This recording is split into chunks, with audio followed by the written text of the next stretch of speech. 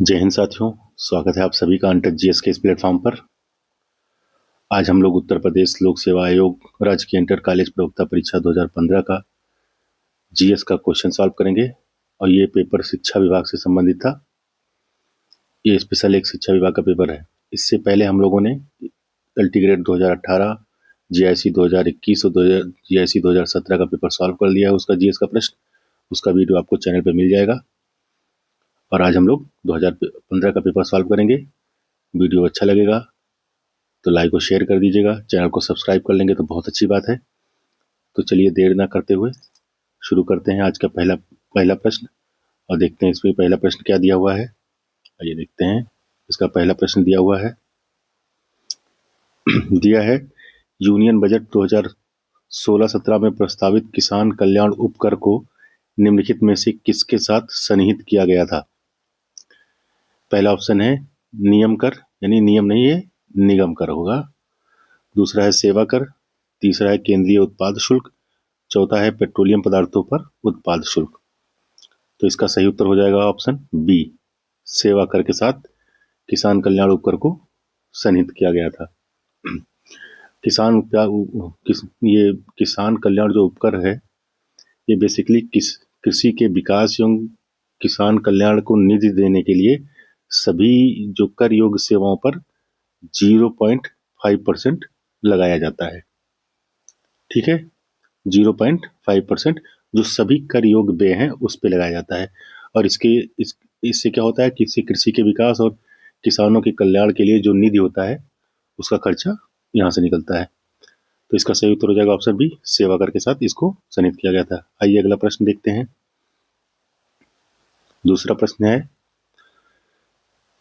भारत में छठी आर्थिक जनगणना किस वर्ष पूर्ण हुई। पहला ऑप्शन है 2009-10, दूसरा ऑप्शन है 2010-11, तीसरा ऑप्शन है 2012-13, चौथा ऑप्शन है 2013-14। तो इसका सही उत्तर हो जाएगा ऑप्शन डी, 2013-14। और इसकी जो रिपोर्ट जारी हुई थी, यानी ये जो छठी जो आर्थिक जनगणना थी, इसकी रिपोर्ट जारी हुई थी 31 मार्च 2016 को जारी हुई थी। क्लियर। और प्रथम आर्थिक जनगणना जो हुई थी वो 1977 में हुई थी। क्लियर हुआ यहाँ तक। वर्तमान में जो है वो सातवीं जो है आर्थिक जनगणना हुई है, जो 2019 से शुरू हुई थी। ठीक है। तो ये जो छठी थी वो 31 मार्च 2016 को जारी हुआ था। प्रथम आर्थिक जनगणना 1977 में हुआ था और वर्तमान में सातवीं जो आर्थिक जनगणना है वो है, और वो 2019 से शुरू हुई थी। लेकिन इसका जो फील्ड वर्क है, जो सातवीं जो है उसका जो फील्ड वर्क है वो मार्च 2021 तक ही पूरा 21 में ही पूरा कर लिया गया है।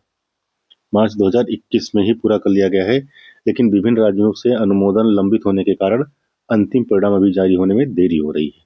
क्लियर। तो इसका सही उत्तर हो जाएगा ऑप्शन डी। आइए अगला प्रश्न देखते हैं। अगला प्रश्न है ये रहा, तीसरा है 88वें ऑस्कर 2016 में सर्वश्रेष्ठ फिल्म का पुरस्कार दिया गया। पहला है स्पॉटलाइट को, दूसरा है रूम को, तीसरा है द बिग शॉट को, तीसरा है द रिवेनेंट को। तो इसका सही उत्तर हो जाएगा ऑप्शन ए, स्पॉट लाइट को। ये 88वें ऑस्कर पुरस्कार 2016 की बात हो रही है, ये उस समय करंट में था। ठीक है। तो इसका सही उत्तर हो जाएगा ऑप्शन ए, स्पॉटलाइट को। और वर्तमान में, और ये स्पॉटलाइट के जो निर्देशक थे वो थे टॉम मैकार्थी। टॉम मैकार्थी इसके निर्देशक थे। टॉम मैकार्थी इसके निर्देशक थे। और अभी जो है 2025 में जो ऑस्कर दिया गया वो 97वां है। 97वां ऑस्कर पुरस्कार 2025 में दिया गया। और इसकी सर्वश्रेष्ठ फिल्म जो थी वो अनोरा है। सर्वश्रेष्ठ फिल्म जो है वो अनोरा है। इसे 5 पुरस्कार दिए गए। कितने पुरस्कार? 5 पुरस्कार, जिसमें सर्वश्रेष्ठ फिल्म का पुरस्कार, सर्वश्रेष्ठ निर्देशक का पुरस्कार, और सर्वश्रेष्ठ अभिनेत्री का पुरस्कार, सर्वश्रेष्ठ मूल पटकथा का पुरस्कार और सर्वश्रेष्ठ फिल्म संपादन का पुरस्कार, यानी ये 5 पुरस्कार दिए गए। अनोरा को। क्लियर। आइए देखते हैं अगला प्रश्न। अगला प्रश्न चौथा है, दिया है भारत के रेल बजट 2016 में घोषित की गई पूरी तरह 3 AC नई ट्रेन का नाम क्या है। यानी उस समय जो एक ट्रेन घोषित की गई थी उसका नाम पूछ रहा है। तो इसका पहला ऑप्शन है अंत्योदय, दूसरा ऑप्शन है हमसफर, तीसरा ऑप्शन है उदय, चौथा ऑप्शन है तेजस। तो इसका सही उत्तर हो जाएगा हमसफर। हमसफर नामक एक ट्रेन चली थी जो 3rd AC, पूरी तरह 3rd AC थी। और उस समय रेल मंत्री कौन थे? सुरेश प्रभु थे। सुरेश प्रभु थे, रेल मंत्री सुरेश प्रभु थे। अब शायद हमसफर में स्लीपर कोच भी जोड़ दिए गए हैं। क्लियर। अगला प्रश्न देखते हैं, पांचवा है, दिया है कि, एक मिनट, निम्नलिखित में से किस देश की संसद विश्व की पहली पूर्णतः सौर ऊर्जा संचालित संसद हुई है। पहला ऑप्शन है बांग्लादेश, दूसरा ऑप्शन है चीन, तीसरा ऑप्शन है जर्मनी, चौथा ऑप्शन है पाकिस्तान। तो इसका सही ऑप्शन उत्तर हो जाएगा ऑप्शन डी, पाकिस्तान। यानी पाकिस्तान देश की संसद जो है वो विश्व की पहली पूर्णतः सौर ऊर्जा संचालित संसद बनी है। और ऐसा इसलिए ऐसा इस 2016 में हुआ था और चीन की मदद से, चीन ने मदद की थी। क्लियर। अभी वर्तमान में इजराइल की जो संसद है वो अंशतः सौर ऊर्जा संचालित है, अंशतः सौर ऊर्जा संचालित है। और दिल्ली विधानसभा, भारत में दिल्ली जो विधानसभा है, दिल्ली विधानसभा वो पूर्णतः सौर ऊर्जा संचालित विधानसभा है। क्लियर। तो इसका सही उत्तर हो जाएगा पाकिस्तान। अगला प्रश्न देखते हैं, छठवां प्रश्न दिया है 13वें दक्षिण एशिया खेल सैग 2019 का आयोजन स्थल प्रस्तावित है। यानी वो उस समय 2019 में प्रस्तावित है, इसलिए पूछा गया इस तरह। ऑप्शन ए है काठमांडू नेपाल, ऑप्शन बी है दिल्ली भारत, ऑप्शन सी है लाहौर पाकिस्तान, ऑप्शन डी है नेपथीरा म्यांमार। तो इसका सही उत्तर हो जाएगा ऑप्शन ए, काठमांडू नेपाल में 2019 वाला जो सैग खेल था यानी दक्षिण एशिया खेल वो प्रस्तावित था। और इसका जो प्रथम दक्षिण एशिया खेल का जो प्रथम आयोजन हुआ था, फर्स्ट, वो भी काठमांडू नेपाल में हुआ था। क्लियर। प्रथम जो दक्षिण एशियाई खेल हुए थे वो भी काठमांडू नेपाल में, और वो प्रथम वाला जो हुआ था वो 1984 में हुआ था। क्लियर। जो 13वां है वो भी नेपाल में प्रस्तावित है, और जो पहला था, जो प्रथम था, वो भी काठमांडू नेपाल में हुआ था 1984 में। क्लियर है। और अब जो है 14वां दक्षिण एशियाई खेल जो है वो कहाँ आयोजित होगा? वो जनवरी 2026 में पाकिस्तान में आयोजित होगा, पाकिस्तान में आयोजित होगा। क्लियर है। 14वां जनवरी 2026 में होगा और ये पाकिस्तान में आयोजित होगा। अगला प्रश्न देखते हैं। अगला प्रश्न है निम्नलिखित में से आम की किस प्रजाति को भारत से निर्यात हेतु सर्वाधिक प्राथमिकता दी जाती है। इसका ऑप्शन है, ए है लंगड़ा, बी है चौसा, सी है अल्फांसो, डी है फजली। तो इसका सही उत्तर हो जाएगा ऑप्शन सी, यानी अल्फांसो जो आम की प्रजाति है उसको निर्यात हेतु सर्वाधिक प्राथमिकता दी जाती है। क्लियर। आम की अन्य नस्लों के बारे में जानते, प्रजातियों के बारे में जान लेते हैं। दशहरी, लंगड़ा, चौसा, केसर, हिमसागर और एक है तोतापुरी। ठीक है। ये हो गया दशहरी, लंगड़ा, चौसा, केसर, हिमसागर, तोतापुरी। और आम की जो आम्रपाली और मल्लिका, ये दोनों किस्में कैसी हैं? ये संकर प्रजाति है, यानी मिक्स। ठीक है। आइए अगला प्रश्न देखते हैं, 8वां प्रश्न दिया है कि निम्नलिखित में से किस फसल से तेल तथा रेशा दोनों ही पर्याप्त मात्रा में प्राप्त होते हैं। ऑप्शन ए है सनई, ऑप्शन बी है सरसों, ऑप्शन सी है जूट, ऑप्शन डी है अलसी। तो इसका सही उत्तर हो जाएगा ऑप्शन डी, अलसी। क्लियर। अलसी से तेल एवं रेशा दोनों पर्याप्त मात्रा में प्राप्त होते हैं। जबकि सनई और जूट से केवल क्या प्राप्त होता है? केवल रेशा प्राप्त होता है। क्लियर? केवल रेशा प्राप्त होता है। और ये देखते हैं प्रमुख दलहनी फसलों के बारे में। प्रमुख तिलहनी फसल, इसमें सोयाबीन, मूंगफली, सरसों,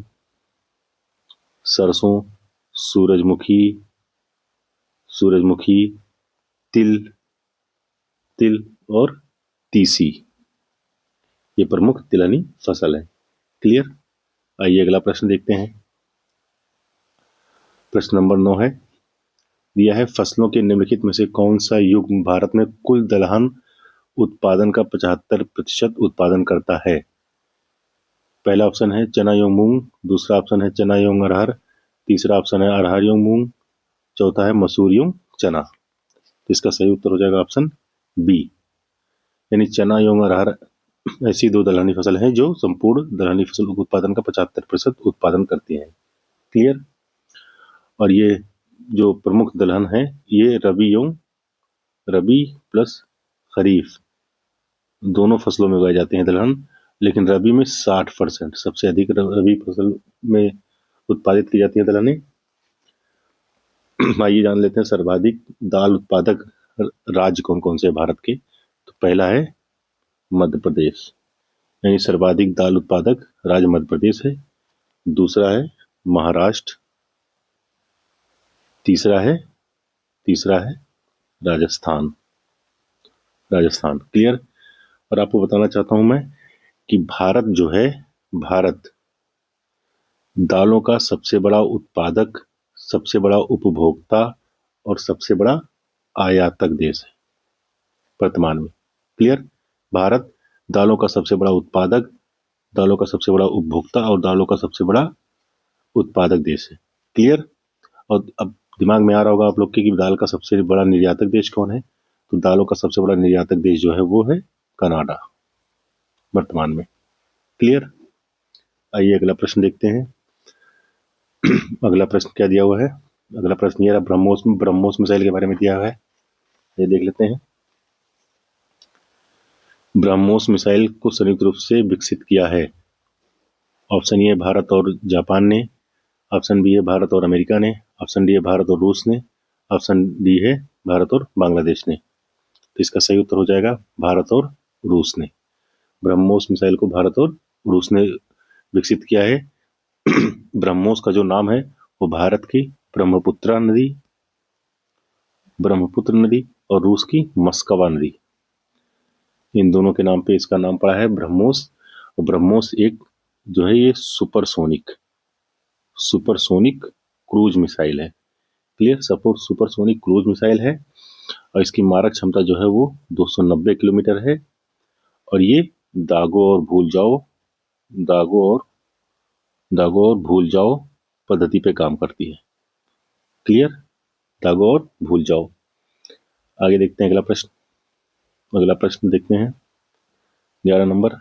इसमें मिलान कर दिया है निम्नलिखित में से कौन सा युग्म सही सुमेलित नहीं है। यहाँ पे आपको सबसे ज्यादा ध्यान देना है कि पूछा है या नहीं है। ठीक है, तो यहाँ पूछ रहा है नहीं है। इसमें पहला है विटामिन ए, इसका स्रोत गाजर, विटामिन ई ताड़ का तेल, विटामिन डी कॉड एक्रिक तेल, विटामिन बी धान की भूसी। तो इसका सही उत्तर हो जाएगा विटामिन बी, यानी धान की भूसी विटामिन बी का स्रोत नहीं है। क्लियर? और बाकी विटामिन ए गाजर का स्रोत, गाजर जो है वो विटामिन ए का स्रोत है, ताड़ का तेल विटामिन ई का स्रोत है, कॉड एक्रिक तेल विटामिन डी का स्रोत है। तो अब देखते हैं विटामिन बी का स्रोत क्या है। विटामिन बी का स्रोत में देखेंगे हम लोग तो दूध, मांस, मछली, दाल और ईस्ट, ये सब दूध, मांस, मछली, ईस्ट, ये सब विटामिन बी के प्रमुख स्रोत हैं। क्लियर? आगे देखते हैं अगला प्रश्न। अगला है कीटभक्षी पौधे जिस मृदा में उगते हैं उसमें अल्पता होती है, यानी उस मृदा में कमी पाई जाती है। किसकी कमी पाई जाती है? ऑप्शन ए है नाइट्रोजन की, ऑप्शन बी है मैग्नीशियम की, ऑप्शन सी है कैल्शियम की, ऑप्शन डी है पोटेशियम की। तो इसका सही उत्तर हो जाएगा ऑप्शन ए, यानी नाइट्रोजन की कमी पाई जाती है उस मृदा में जहाँ पे कीटभक्षी पौधे उगते हैं। और कीट बच्ची पौधे जो है ऐसे पौधे कीटों को पचाकर नाइट्रोजन की पूर्ति करते हैं और ऐसे पौधे मेघालय में पाए जाते हैं। कीट बच्ची पौधे अधिकांशतः मेघालय में पाए जाते हैं और कीट बच्ची पौधे के कुछ उदाहरण है जो है इन्हें घटपर्णी पौधा भी कहा जाता है। क्लियर? इनमें है ड्रोसेरा यूट्रिक्यूलेरिया सनड्यू बीनस और फ्लाई ट्रैप। ये कुछ प्रजातियां घटपर्णी, drosera, utricularia, Venus, sundew. Clear? आइए देखते हैं अगला प्रश्न। 13वां प्रश्न क्या है दिया है? 13वां प्रश्न दिया है निम्नलिखित में से कौन सा जैव अणु एक प्रकार का प्रोटीन है? क्लियर? पहला ऑप्शन है ग्लाइकोजन, दूसरा ऑप्शन है स्टार्च, तीसरा ऑप्शन है केराटिन, चौथा ऑप्शन है कोलेस्ट्रॉल। तो इसका सही उत्तर हो जाएगा केराटिन। क्या हो जाएगा? एक मिनट, इसका सही उत्तर इसका सही उत्तर हो जाएगा केराटिन। यानी केराटिन जो है वो एक प्रकार का प्रोटीन है। और केराटिन कहाँ पाया जाता है? नाखून में, बाल में और कहाँ पाया जाता है? त्वचा में। क्लियर? नाखून, बाल और त्वचा में पाया जाता है। आगे देखते हैं अगला प्रश्न, 14 नंबर का प्रश्न। ये मैथ का प्रश्न है। आइए देखते हैं अगला प्रश्न 15वां क्या है। ये भी मैथ का है। आगे बढ़ते हैं। 16वां, ये भी मैथ का प्रश्न है। आगे देखते हैं 17वां प्रश्न। निम्नलिखित में से किसने भारत में हो रही मिशनरी गतिविधियों को आत्मघाती एवं शांति के लिए खतरा माना था? तो ऑप्शन ये है लॉर्ड वेलेस्ली, ऑप्शन बी है लॉर्ड डलहौजी, ऑप्शन सी है Lord William Bentinck, option D है लॉर्ड कॉर्नवालिस। तो इसका सही उत्तर हो जाएगा Lord William Bentinck. Lord William Bentinck जो थे उन्होंने मिशनरी गतिविधियों को आत्मघाती एवं शांति के लिए खतरा माना था। क्लियर? आइए देख लेते हैं लॉर्ड विलियम बेंटिक के बारे में कुछ। विलियम बेंटिक का जो कार्यकाल था वो 1828 से 1835 तक रहता है। क्लियर? इन्हीं लॉर्ड विलियम बेंटिक के समय में ही सती प्रथा का अंत होता है। सती प्रथा का अंत होता है 1829 में। लॉर्ड विलियम बेंटिक के नेतृत्व में के कार्यकाल में ही स्लीमैन के नेतृत्व में ठगी प्रथा का अंत होता है। ठगी प्रथा का अंत होता है और ये 1830 से शुरू होता है, पूर्ण होता है 1834 में। यानी पूर्णतः ठगी प्रथा का अंत जो होता है वो 1834 में होता है। लॉर्ड विलियम बेंटिक के समय में भी नर बलि, यानी जो मनुष्य की जो बलि दी जाती थी, नर बलि को भी समाप्त किया गया। क्लियर? नर बलि को पूरी तरह समाप्त किया गया। आगे देखते हैं अगला और इसी में देख लेते हैं लॉर्ड वेलेस्ली जो है सहायक संधि से संबंधित है। यानी सहायक संधि लॉर्ड वेलेस्ली ने लागू किया था। डलहौजी ने हड़प नीति लागू की थी। हड़प नीति। कॉर्नवालिस जो अस्थायी बंदोबस्त था इसने लागू किया था। क्लियर? तो वेलेस्ली सहायक संधि, लॉर्ड डलहौजी हड़प नीति और कॉर्नवालिस अस्थायी बंदोबस्त। क्लियर? आइए देखते हैं अगला प्रश्न है अगला प्रश्न देखते हैं क्या है। 18वां प्रश्न दिया है भारतीय विश्वविद्यालयों की स्थिति पर जांच पड़ताल करने के लिए 1902 ईस्वी में नियुक्त आयोग के अध्यक्ष थे। ऑप्शन ए है बैथून, ऑप्शन बी है जेम्स थॉमसन, ऑप्शन सी है डब्ल्यू हंटर, ऑप्शन डी है थॉमस रैले। तो इसका सही उत्तर हो जाएगा थॉमस रैले। और थॉमस रैले की नियुक्ति कौन किया था? ये कर्जन द्वारा किया गया था। कौन किया था? लॉर्ड कर्जन ने किया था। क्लियर? और इसी थैले कमीशन की सिफारिश पर ही भारतीय विश्वविद्यालय अधिनियम जो था वो 1904 बनाया गया था। क्लियर? रैले कमीशन की सिफारिशों के आधार पर ही भारतीय विश्वविद्यालय अधिनियम 1904 बनाया गया था। लॉर्ड कर्जन के समय में ही पुलिस आयोग, क्या पुलिस आयोग का गठन किया गया था 1902-3 में। 1902-3 में पुलिस आयोग का गठन किया गया था। लॉर्ड कर्जन के समय में ही रेलवे लाइनों का विस्तार काफी मात्रा में हुआ था। रेलवे विस्तार हुआ था काफी मात्रा में, ठीक है। और सबसे बड़ी घटना जो लॉर्ड कर्जन के समय में हुई थी वो 1905 में बंगाल विभाजन। क्लियर। तो ये थैमसे कमीशन 19 जो गठित हुआ था, ये 1902 में हुआ था लॉर्ड कर्जन के समय में। इसी थॉमस रेले की कमीशन की सिफारिश पर भारतीय विश्वविद्यालय अधिनियम 1904 बना था। क्लियर। आइए देखते हैं अगला प्रश्न। अगला प्रश्न है, भारत में अंग्रेजों के शासनकाल में तीनों गोलमेज सम्मेलनों आयोजित हुए थे, यानी तीनों गोलमेज सम्मेलन कहाँ आयोजित हुए थे? तो इसमें पहला ऑप्शन है दिल्ली, दूसरा है लंदन, सी ऑप्शन है बॉम्बे, डी ऑप्शन है कलकत्ता। तो इसका सही उत्तर हो जाएगा ऑप्शन बी, लंदन में। यानी तीनों गोलमेज सम्मेलन जो हुए थे वो लंदन में हुए थे। और ये गोलमेज सम्मेलन क्यों बुलाए गए थे? तो ये साइमन कमीशन की रिपोर्ट पर विचार करने के लिए ब्रिटिश सरकार द्वारा लंदन में आयोजित किया गया था। किसकी? साइमन कमीशन की रिपोर्ट पर विचार करने के लिए। साइमन कमीशन की रिपोर्ट पर विचार करने के लिए ये ब्रिटिश सरकार द्वारा बुलाया गया था। और ये तीन गोलमेज सम्मेलन हुए थे। आइए इसमें पहले के बारे में जान लेते हैं। पहला कब कब हुआ था? पहला हुआ था 12 नवंबर 1930 से 19 जनवरी 1931 तक। क्लियर। 12 नवंबर 1930 से 19 जनवरी 1931 तक ये पहला हुआ था। दूसरा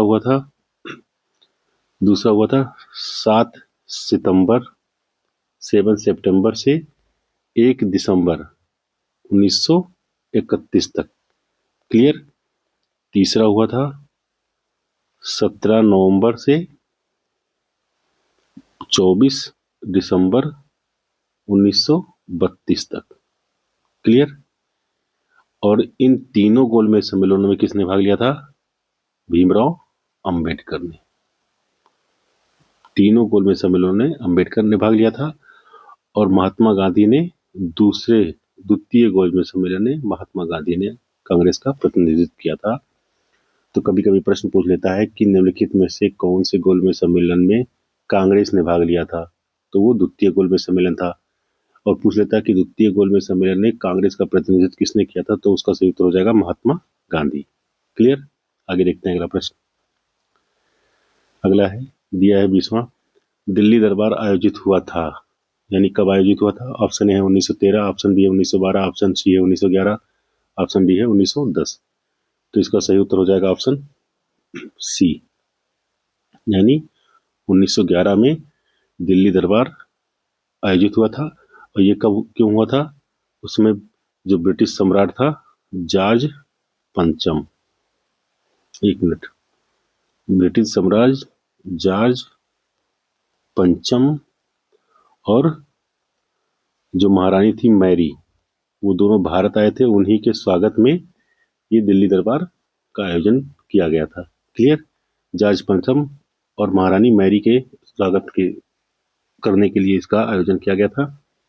और इसी दिल्ली दरबार में बंगाल विभाजन रद्द किया गया था। बंगाल विभाजन रद्द किया गया था जो 1905 में शुरू हुआ था। और इसी में एक चीज और हुआ था कि राजधानी जो है वो कलकत्ता से दिल्ली करने की घोषणा की गई थी। याद रखना 1911 में घोषणा की गई थी। और ये बनी कब थी? 1912 में। 1911 में घोषणा की गई थी और दिल्ली राजधानी 1912 में बनी थी। ठीक है। आइए इसमें और जान लेते हैं कि जो प्रथम दिल्ली दरबार था, प्रथम दिल्ली दरबार जो है ये द्वितीय था। सॉरी, एक मिनट, ये जो है ये द्वितीय था। जो 1911 में हुआ था वो द्वितीय था। 1877 में जो प्रथम दिल्ली दरबार हुआ था, प्रथम दिल्ली दरबार लगा था और ये कहाँ लगा था? लाल किला में। प्रथम दिल्ली दरबार लाल किला में हुआ था। और किसके समय में हुआ था? लॉर्ड लिटन के समय में। लॉर्ड लिटन के समय में। क्लियर? 1877 में प्रथम दिल्ली दरबार लाल किला में आयोजित हुआ था, लॉर्ड लिटन के समय में। आगे देखते हैं अगला प्रश्न। इसमें दिया है, नीचे दिए गए कूट से निम्नलिखित देशों की उत्तर से दक्षिण की अवस्थिति का सही अनुक्रम चुनिए। यानी सबसे उत्तर एवं दक्षिण के बारे में पूछ रहा है कि कौन सा देश सबसे उत्तर में है, उसके बाद फिर उत्तर से दक्षिण के बारे में पूछ रहा है। तो ये अर्जेंटीना दिया है, मैक्सिको दिया है, स्पेन दिया है, मंगोलिया दिया है।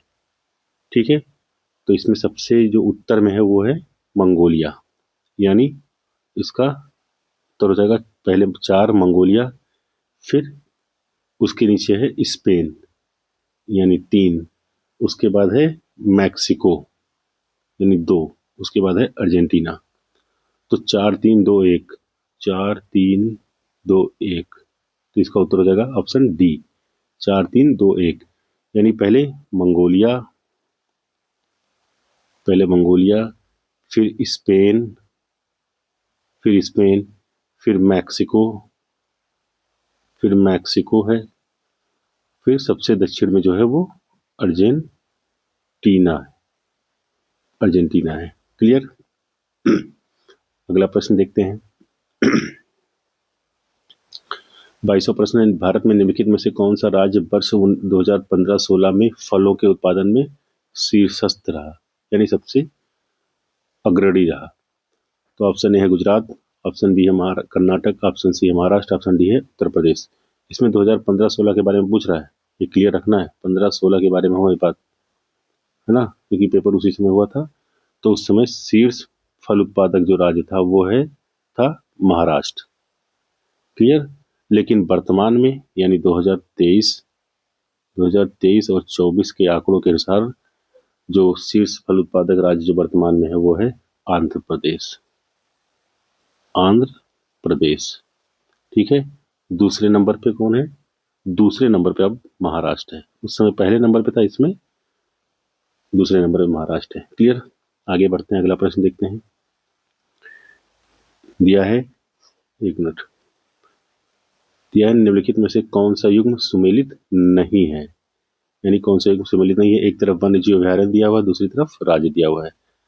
पहला है बांदीपुर कर्नाटक, पाखल मध्य प्रदेश, सी है सिकरी देवी हिमाचल प्रदेश, डी है डाची ग्राम जम्मू कश्मीर। तो इसमें आपको बताना है कि इसमें कौन सही सुमेलित नहीं है।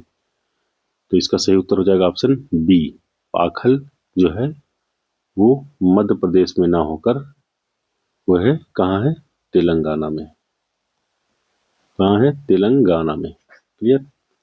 पाखल जो है वो तेलंगाना में है, बाकी बांदीपुर कर्नाटक, सिकरी देवी हिमाचल प्रदेश, दाचीग्राम जम्मू कश्मीर, ये सब सही है। अगला प्रश्न है 24 नंबर, दिया हुआ है, जनगणना 2011 के अनुसार भारत के निम्नलिखित में से किस केंद्र शासित प्रदेश में महिला साक्षरता का प्रतिशत सर्वाधिक है। यानी दिए गए केंद्र शासित प्रदेशों में पूछा है महिला साक्षरता प्रतिशत सबसे अधिक है। ऑप्शन ए है लक्षद्वीप, ऑप्शन बी है पुडुचेरी, ऑप्शन सी है चंडीगढ़, ऑप्शन डी है दिल्ली एनसीटी। तो इसका सही उत्तर हो जाएगा ऑप्शन ए, लक्षद्वीप। यानी लक्षद्वीप में महिला साक्षरता सबसे अधिक है। आइए देख लेते हैं, लक्षद्वीप की जो साक्षरता है वो है 91.8%। इसमें मेल जो साक्षरता दर है वो है 95.6%। इसमें फीमेल जो है वो है 87.9% फीमेल साक्षरता है। क्लियर? लक्षद्वीप का है। अब पुदुचेरी की साक्षरता दर देख लेते हैं। पुदुचेरी की जो साक्षरता दर है वो 85% है। क्लियर? चंडीगढ़ की साक्षरता दर देख लेते हैं। चंडीगढ़ की साक्षरता दर 86.43 है। क्लियर? और दिल्ली की साक्षरता दर जो है वो 86.2% है। और अगर ये तो केंद्र शासित प्रदेश है चारों, लेकिन अगर पूरे भारत में राज्य एवं केंद्र शासित सब में मिला के अगर देखा जाए तो केरल की जो साक्षरता दर है वो पूरे भारत में सबसे ज्यादा है, वो है लगभग 94%। क्लियर? ये सारे डेटा क्लियर हो गए। आप लोग चाहिएगा तो इसको स्क्रीनशॉट भी ले लीजिएगा या दोबारा एक बार देख लीजिएगा, नोट डाउन कर लीजिएगा, ताकि कभी भी इससे संबंधित प्रश्न पूछे तो आप सही कर दें। क्लियर? आगे देखते हैं अगला प्रश्न। अगला प्रश्न है 25वां। ठीक है, इसमें पूछा हुआ है कि निम्नलिखित में से किस वर्ष भारत में अंतर्राज्यीय परिषद स्थापित की गई थी। ऑप्शन ये है 1988 ईस्वी, बी है 1990, सी है 92, डी है 1994। तो इसका सही उत्तर हो जाएगा आपका क्या हो जाएगा? इसका सही उत्तर हो जाएगा 1990 में। यानी अंतर्राज्यीय परिषद जो स्थापित किया गया था वो 1990 में स्थापित किया गया है। और अंतर्राज्यीय परिषद जो है वो एक संवैधानिक निकाय है। पहली बात तो संवैधानिक निकाय है, ये संवैधानिक निकाय है। आर्टिकल 263 के तहत, यानी अनुच्छेद 263 के तहत इसका गठन राष्ट्रपति द्वारा किया जाता है। कौन करता है? राष्ट्रपति द्वारा इसका गठन किया जाता है। और अंतर्राज्यीय परिषद का गठन जो हुआ था वो सरकारिया समिति की सिफारिश पर सिफारिश पर किया गया था। और सरकारिया समिति का गठन 1983 में हुआ था। कब हुआ था? 1983 में। क्लियर? तो ये 1990 में इसका गठन हुआ था। यह एक संवैधानिक निकाय है। अनुच्छेद 263 के तहत इसका प्रावधान किया गया है। राष्ट्रपति द्वारा इसका गठन किया जाता है और सरकारिया समिति 1983 की सिफारिशों के आधार पर इसका गठन किया जाता है। और अंतर्राज्यीय परिषद का जो अध्यक्ष होता है वो है प्रधानमंत्री। अंतर्राज्यीय परिषद का गठन जो अध्यक्ष होता है वो है प्रधानमंत्री। यानी कितने फैक्ट याद हो गए इससे? सरकारिया समिति एक फैक्ट, संवैधानिक निकाय है, अनुच्छेद 263 में प्रावधान है, राष्ट्रपति गठन करता है और प्रधानमंत्री इसका अध्यक्ष होता है। क्लियर? आगे देखते हैं अगला प्रश्न। 26वां प्रश्न है, भारतीय संविधान के निम्नलिखित में से किस संशोधनों ने पंचायतों को संवैधानिक दर्जा प्रदान किया? ऑप्शन ए 71वां, ऑप्शन बी 72वां, ऑप्शन सी 73वां, ऑप्शन डी 74वां। तो इसका सही उत्तर हो जाएगा ऑप्शन सी 73वां। संविधान संशोधन द्वारा पंचायतों को संवैधानिक दर्जा दिया गया और 73वां संविधान संशोधन 1992 में हुआ था। क्लियर? भाग 9 जोड़ा गया और 11वीं अनुसूची जोड़ी गई। देख लीजिए क्या क्या जोड़ी जा रही है। भाग 9 जोड़ा गया, 11वीं अनुसूची जोड़ी गई।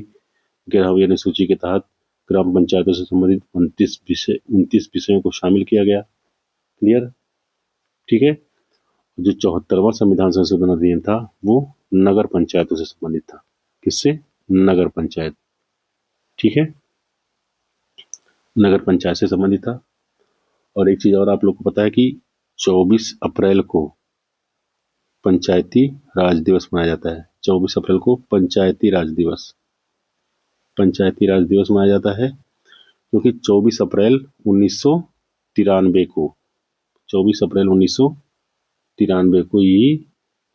को ही ये जो पंचायती राज है ये प्रभावी हुआ था। क्लियर? आगे देखते हैं अगला प्रश्न। 27 नंबर प्रश्न है, निम्नलिखित में से कौन सा राज्य का नीति निर्देशक सिद्धांत भारतीय संविधान में बाद में जोड़ा गया? ऑप्शन ए है ग्राम पंचायतों का गठन, ऑप्शन बी है मुफ्त कानूनी सहायता, ऑप्शन सी है समान नागरिक संहिता, ऑप्शन डी है समान नागरिक संहिता। ये मिसप्रिंट हो गया है। ठीक है, तो इसका सही उत्तर हो जाएगा, एक मिनट, इसका सही उत्तर हो जाएगा मुफ्त कानूनी सहायता। यानी मुफ्त कानूनी जो सहायता का प्रावधान है वो राज्य के नीति निर्देशक सिद्धांत में बाद में जोड़ा गया है। ठीक है, तो ये देखते हैं ये कब जोड़ा गया था। ये 42वें कॉन्स्टिट्यूशन अमेंडमेंट यानी 42वें संविधान संशोधन 1976 द्वारा जोड़ा गया। क्लियर? 1976 द्वारा जोड़ा गया है। ठीक, राज्य के नीति निर्देशक सिद्धांत की बात कर ले तो ये भाग 4 में है। किसमें है? भाग 4 में है। और ये मुफ्त कानूनी जो सहायता का प्रावधान जो है वो अनुच्छेद 39 का, यानी अनुच्छेद 39 का कह लीजिए, ए में शामिल है। क्लियर हो गया? ग्राम पंचायतों का गठन अनुच्छेद 40। ठीक, समान नागरिक संहिता अनुच्छेद 44। ये सारे हो गए ना। आगे देखते हैं अगला प्रश्न। आइए देखते हैं 28वां प्रश्न है, यह भारत में राष्ट्रीय विकास परिषद कब गठित की गई थी? ठीक है, ए ऑप्शन है 26 जनवरी 1950, बी ऑप्शन है 15 मार्च 1950, सी ऑप्शन है 6 अगस्त 1951, डी है 6 अगस्त 1952। तो राष्ट्रीय विकास परिषद का गठन ऑप्शन डी सही है, 6 अगस्त 1952 को इसका गठन किया गया था। ठीक है, और राष्ट्रीय विकास परिषद का काम क्या था? ये पंचवर्षीय जो योजनाएं होती थी, पंचवर्षीय योजनाएं, ठीक, पंचवर्षीय योजनाओं को अंतिम रूप से स्वीकृति देने का काम करती थी। राष्ट्रीय विकास परिषद पंचवर्षीय योजनाओं को अंतिम रूप से स्वीकृति प्रदान करने का काम करती थी, और पंचवर्षीय योजनाएं योजना आयोग द्वारा तैयार की जाती थी। क्लियर? अब योजना आयोग के स्थान पर नीति आयोग हो गया है। ठीक है, 2015 से। क्लियर है? और इसका अध्यक्ष कौन होता है? राष्ट्रीय विकास परिषद का अध्यक्ष कौन होता है? वो है अपना प्रधानमंत्री। क्लियर? ये सारी चीजें क्लियर हो गई। आगे देखते हैं अगला प्रश्न। अगला प्रश्न है 29वां, भारत में 50 पैसे का सिक्का किस सीमा तक भुगतान हेतु विधिक रूप से मान्य है? ऑप्शन ए है 1 रुपया, ऑप्शन बी है 5 रुपया, ऑप्शन सी है 10 रुपया, ऑप्शन डी है 50 रुपया। तो इसका सही उत्तर हो जाएगा ऑप्शन सी, 10 रुपये के भुगतान तक विधिक रूप से मान्य। क्लियर? 10 रुपये इसका उत्तर हो जाएगा। अगला देखते हैं अगला प्रश्न। आखिरी प्रश्न है, उत्तर प्रदेश में खाद्य सुरक्षा कानून किस समय लागू किया गया है? तो ऑप्शन ए है 1 मार्च 2016, ऑप्शन बी है 1 मार्च 2015, ऑप्शन सी है 1 मार्च 2014, ऑप्शन डी है 1 मार्च 2015। तो इसका सही उत्तर हो जाएगा ऑप्शन ए, 1 मार्च 2016 को उत्तर प्रदेश खाद्य सुरक्षा कानून लागू हुआ था। क्लियर? और इस उत्तर प्रदेश खाद्य सुरक्षा कानून के तहत क्या प्रावधान किया गया था कि 2 रुपए प्रति केजी गेहूं मिलेगा और 3 रुपए प्रति केजी चावल दिया जाएगा। क्लियर? यानी 2 रुपए प्रति किलोग्राम के हिसाब से गेहूं और 3 रुपए प्रति किलोग्राम के हिसाब से चावल दिया जाएगा इस खाद्य सुरक्षा कानून में। ठीक, तो इसी के साथ ये जो राजकीय इंटर कॉलेज प्रवक्ता परीक्षा जो शिक्षा विभाग से संबंधित 2015 में हुआ था, इसके जीएस का प्रश्न यहाँ तक समाप्त होता है। 30वां प्रश्न था। ठीक है, वीडियो अच्छा लगा हो तो लाइक और शेयर कर दीजिएगा। चैनल को सब्सक्राइब कर लेंगे तो बहुत अच्छी बात है। चैनल को सब्सक्राइब कर लेंगे तो इस तरह के जितने भी अन्य पेपर आने वाले हैं वो आपको आसानी से मिल जाएंगे। अभी हम लोग इसके बाद 2015 का एक जीएससी प्रवक्ता का नॉर्मल पेपर हुआ है वो देखेंगे, 2012 देखेंगे, 2009 का जीएस का पेपर सॉल्व करेंगे। उसके बाद आश्रम पद्धति की चार परीक्षाओं के 4 पेपर हैं जीएस के, उसको सॉल्व करेंगे।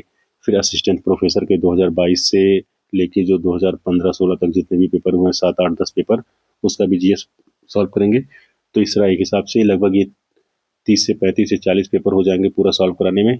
जो आपके अभी सामने जो एलटी का पेपर आ रहा है या जीएससी का पेपर आ रहा है या टीचर की परीक्षा जितनी भी होती हैं उससे संबंधित जितने भी पेपर होते हैं सबके लिए हेल्पफुल होगा। तो भी अगर सब चैनल को सब्सक्राइब कर लेंगे तो बहुत अच्छी बात है। चलिए इसी के साथ वीडियो को समाप्त करते हैं, मिलते हैं किसी नेक्स्ट वीडियो में। तब तक के लिए नमस्कार।